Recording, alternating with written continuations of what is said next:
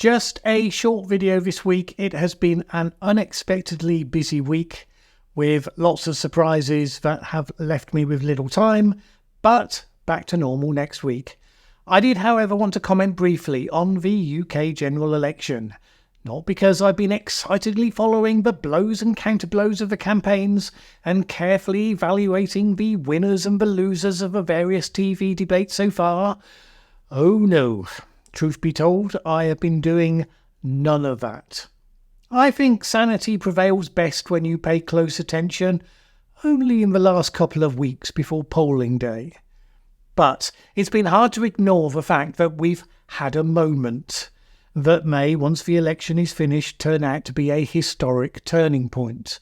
And that is the very real possibility that this election, with Nigel Farage jumping into the fray just as the starting gun was sounding, along with strong performances from others where it matters, could just mean that this is not only an election the governing Conservatives are going to lose, but it could be the one that destroys them as a political force. Now, that's easy to say. Hyperbole is the stuff of elections, but it has at least become a real possibility.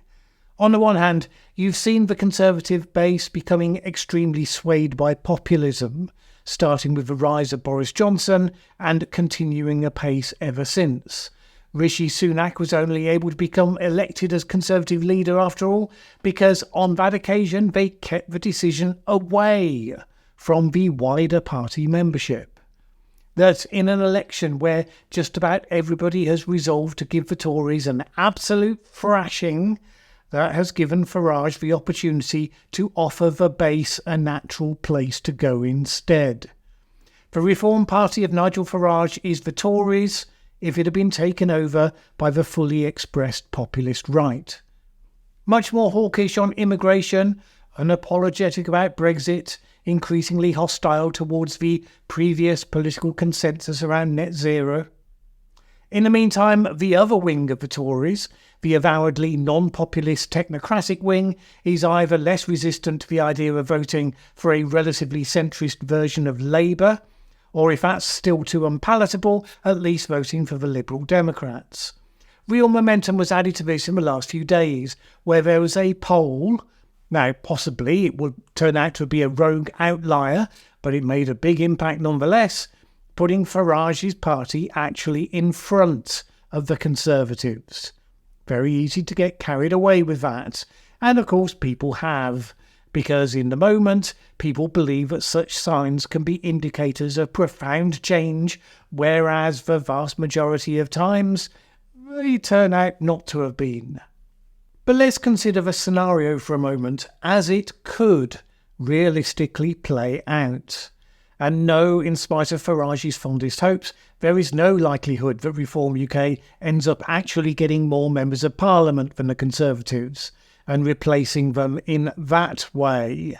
The UK's first past the post system is just too hostile to small parties to make that a reality, at least on the first time of asking. But what could feasibly happen would be this scenario if nothing much changes before polling day. First, Labour, buttressed by the decline in support for the SNP in Scotland, becomes a government with a sizable majority. Conservatives are heavily wiped out, because even though mostly they don't hardly win any seats, Reform UK takes so much of the Conservative vote that the Conservatives simply lose over and over in constituencies where they otherwise wouldn't have done. As a result, the Liberal Democrats do extremely well. They end up with more MPs than the Conservatives do, replacing them as a stroke as the official opposition to Labour. Let's say that Nigel Farage himself gets elected, ideally from his point of view, with at least a handful of others. A number of things follow from that position. First, the Conservatives are then widely seen as a rump party, a shadow of their former self. No longer even the official opposition, they don't get high profile at Prime Minister's questions, they don't get much funding. They become visible only in as much as journalists will satisfy a morbid thrill by relating in gory detail their inevitable internecine warfare. This then becomes Farage's chance to finish the job. Reform would undoubtedly be hoovering up a large number of former Conservative rank-and-file members whose populism is better expressed by his party, so it would be growing across the country. And that intake, populist as it may be, is nevertheless bringing in a lot of real political experience to dilute the ramshackle existing Reform UK membership. Now, that's not particularly intended as an insult, although it does sound like one. Small parties a long way from power don't attract highly politically competent people in large volume. Then some of the surviving Conservative MPs would almost certainly defect, and as a result Farage's parliamentary presence would grow larger.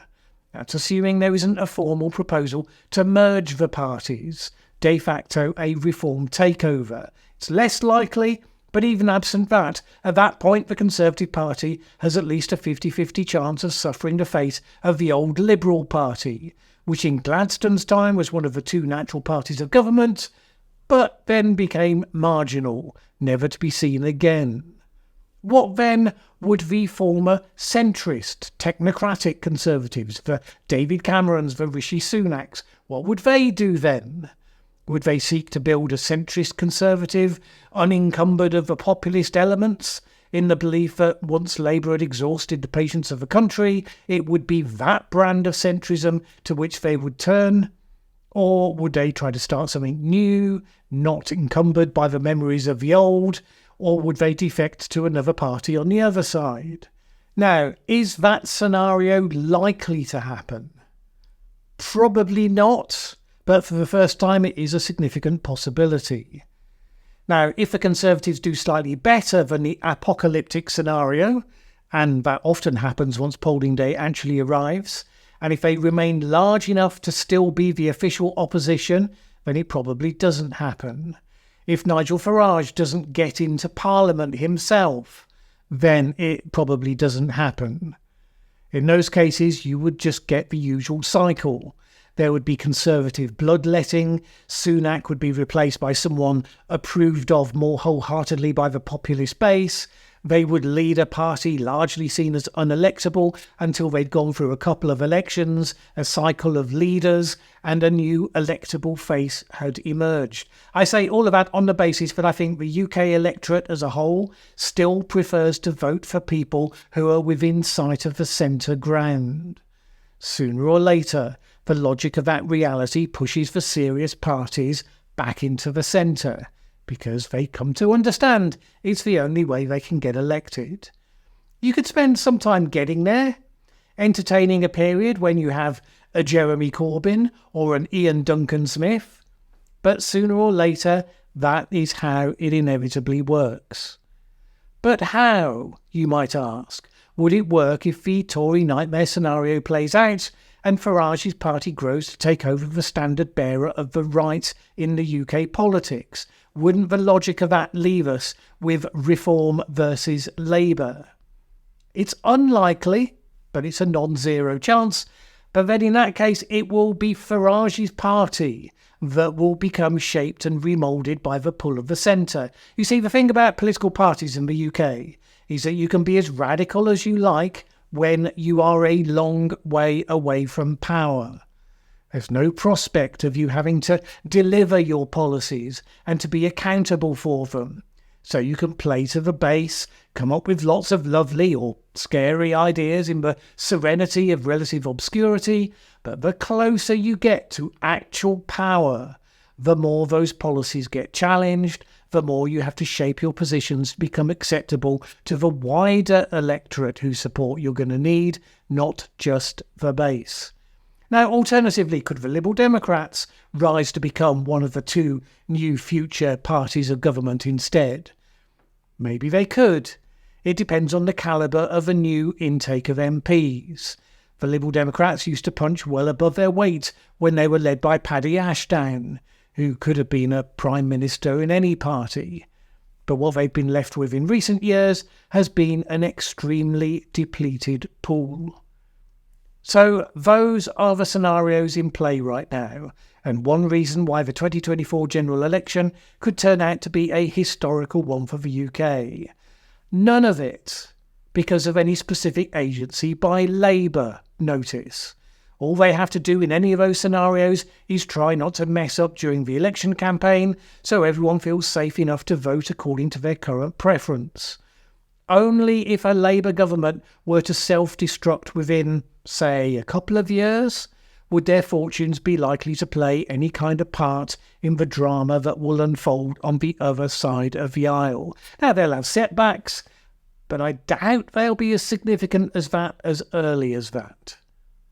None of this, I should mention, is Mallen's prediction for the election.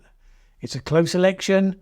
I'm a floating voter who hasn't yet decided who he's even going to vote for, something that I will decide in the final week. But that seems to me to be the stakes in this election. It makes it possibly one of the most interesting elections in my lifetime, a fact you wouldn't get in the slightest, by all accounts, if you tuned into the TV debates, which is just one reason why I won't be doing that.